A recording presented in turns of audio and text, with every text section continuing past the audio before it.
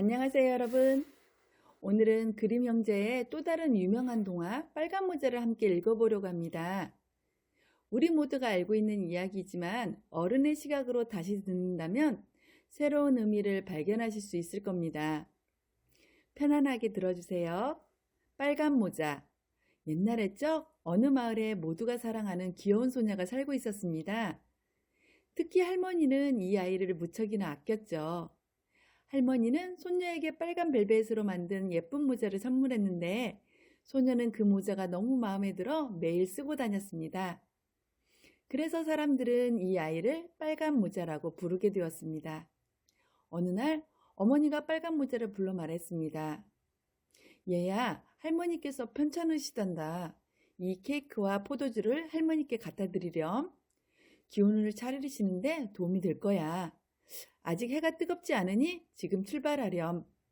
숲길을 갈 때는 조심해서 가고 길에서 벗어나지 말거라. 넘어지면 병이 깨질 수 있고 할머니는 아무것도 받지 못하실 테니까. 걱정 마세요, 엄마. 조심할게요. 빨간 모자는 바구니를 들고 출발했습니다.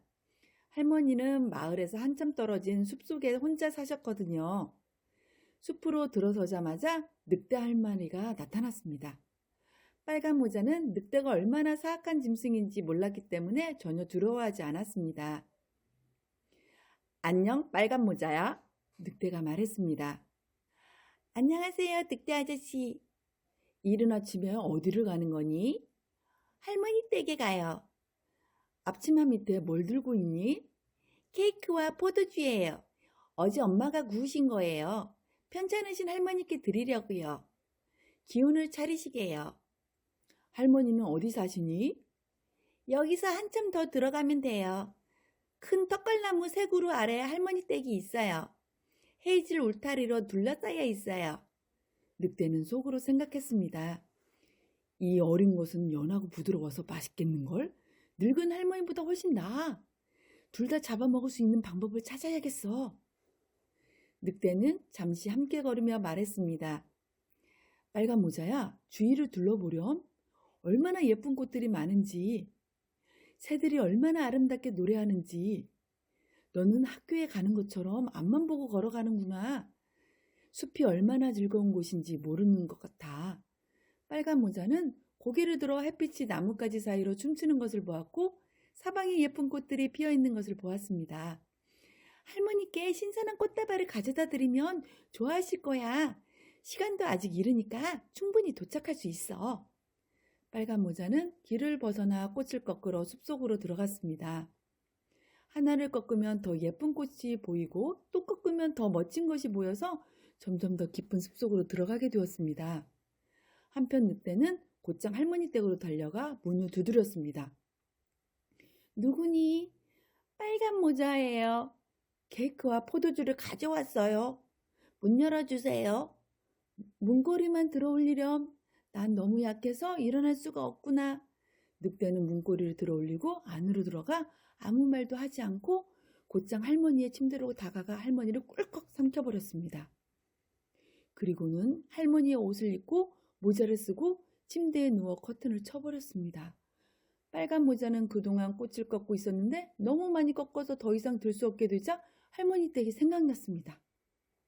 할머니 댁에 도착하니 문이 활짝 열려 있어서 이상했지만 안으로 들어갔습니다.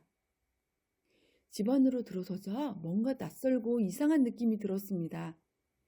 어머, 오늘은 왜 이렇게 무서운 기분이 들지? 평소에는 할머니 댁에 오는 게 그렇게 좋았는데. 안녕하세요, 할머니 하고 있었지만 아무 대답이 없었습니다. 침대로 다가가 커튼을 젖히자 모자를 깊이 둘러쓴 할머니가 아주 이상하게 보였습니다. 할머니, 귀가 왜 그렇게 커요? 너의 말을 잘 들으려고 그렇단다. 할머니, 눈이 왜 그렇게 커요? 너를 더 잘 보려고 그렇단다. 할머니, 손이 왜 그렇게 커요? 너를 더 잘 잡으려고 그렇단다. 할머니, 입이 왜 그렇게 무섭게 커요? 너를 더 잘 먹으려고 그렇단다. 그 말이 끝나자마자 늑대는 침대에서 벌떡 일어나 불쌍한 빨간 모자를 꿀꺽 삼켜버렸습니다. 배를 채운 늑대는 다시 침대에 누워 코를 골며 잠들었습니다. 그 코골이 소리가 너무 커서 지나가던 사냥꾼이 들을 정도였습니다. 늙은 할머니가 어찌나 코를 크게 고시는지 편찮으신가 보군. 확인해 봐야겠어. 사냥꾼이 집 안으로 들어가 침대를 보니 늑대가 누워 있었습니다. 이놈, 내가 오랫동안 찾던 놈이로구나. 사냥꾼이 총을 겨누려던 순간 늑대가 할머니를 삼킨 것 같다는 생각이 들었습니다. 혹시 할머니를 구할 수 있을지도 모른다고 생각한 사냥꾼은 가위로 가져와 잡는 늑대의 배를 가르기 시작했습니다. 몇 번을 자르자 빨간 모자가 보였고 몇 번 더 자르자 소녀가 뛰어나오며 소리쳤습니다. 아, 정말 무서웠어요. 늑대 뱃속이 얼마나 어두웠는지. 곧이어 늙은 할머니도 살아서 나왔습니다. 숨은 쉴 수 있었지만 거의 질식할 뻔했죠. 빨간 모자는 서둘러 큰 돌들을 가져왔고 그들은 늑대의 뱃속에 돌을 가득 채웠습니다. 늑대가 깨어나 도망치려고 일어서자 돌의 무게 때문에 쓰러져 그 자리에서 죽고 말았습니다. 세 사람은 모두 기뻐했습니다. 사냥꾼은 늑대 가죽을 벗겨 가져갔고 할머니는 빨간 모자가 가져온 케이크와 포도주를 드시고 기운을 차리셨습니다. 빨간 모자는 혼자 생각했습니다. 살아있는 동안 다시는 어머니 말씀을 어기고 숲길을 벗어나지 않을 거야. 작가의 의도. 자, 여러분. 어렸을 때 들었던 이 이야기 어른이 되어 다시 들으시니 어떠신가요? 그림 형제가 빨간 모자를 통해 전달하고자 한 메시지는 여러 가지로 해석됩니다. 첫째, 순진함과 경계심의 균형입니다. 빨간 모자는 늑대가 얼마나 위험한지 모릅니다. 모르는 이에게 자신의 목적지와 계획을 모두 이야기해버리죠.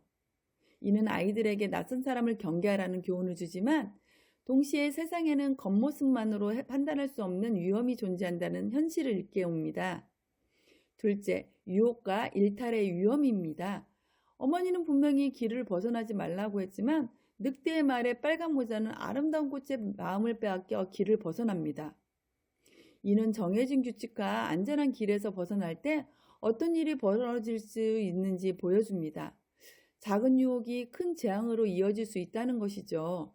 셋째, 구원과 공동체의 힘입니다. 사냥꾼의 등장은 단순히 영웅의 구조가 아닙니다. 이는 사회의 보호 시스템, 위기 상황에서 도움을 주는 공동체의 역할을 상징합니다. 혼자서는 해결할 수 없는 문제도 타인의 도움으로 극복할 수 있다는 메시지입니다. 넷째, 성장과 학습입니다. 이야기의 마지막에서 빨간 모자는 다시는 어머니 말씀을 어기지 않겠다고 다짐합니다. 이는 경험을 통한 성숙을 의미합니다. 고통스러운 경험이지만 그것을 통해 세상을 배우고 더 현명해진다는 것이죠. 다섯째, 외양과 본질의 불일치입니다. 늑대는 할머니의 옷을 입고 목소리를 흉내냅니다. 하지만 귀와 눈, 손과 입은 감출 수 없습니다. 이는 아무리 위장해도 본질은 드러나게 되어 있다는 것, 그리고 우리는 외양에 속지 말고 본질을 볼 수 있는 눈을 가져야 한다는 교훈을 줍니다. 마지막으로 부모의 말씀과 지혜입니다. 어머니의 경고는 단순한 잔소리가 아니라 세대를 거쳐 전해진 삶의 지혜였습니다. 빨간 모자가 그 말을 들었더라면 위험을 피할 수 있었을 것입니다. 어른들의 충고가 때로는 답답하게 느껴질 수 있지만 그 안에는 경험에서 우러나온 보호의 마음이 담겨 있다는 것을 보여줍니다. 19세기 유럽에서 그림 형제가 이 이야기를 체력하고 다듬었을 때 그들은 단순한 공포 이야기가 아닌 삶의 교훈을 담고자 했습니다. 어린이들에게는 안전의 중요성을, 어른들에게는 아이들을 보호하고 가르쳐야 할 책임을 일깨우고자 했던 것이죠. 오늘 빨간 모자 함께 읽어드렸습니다. 시청해 주셔서 감사합니다.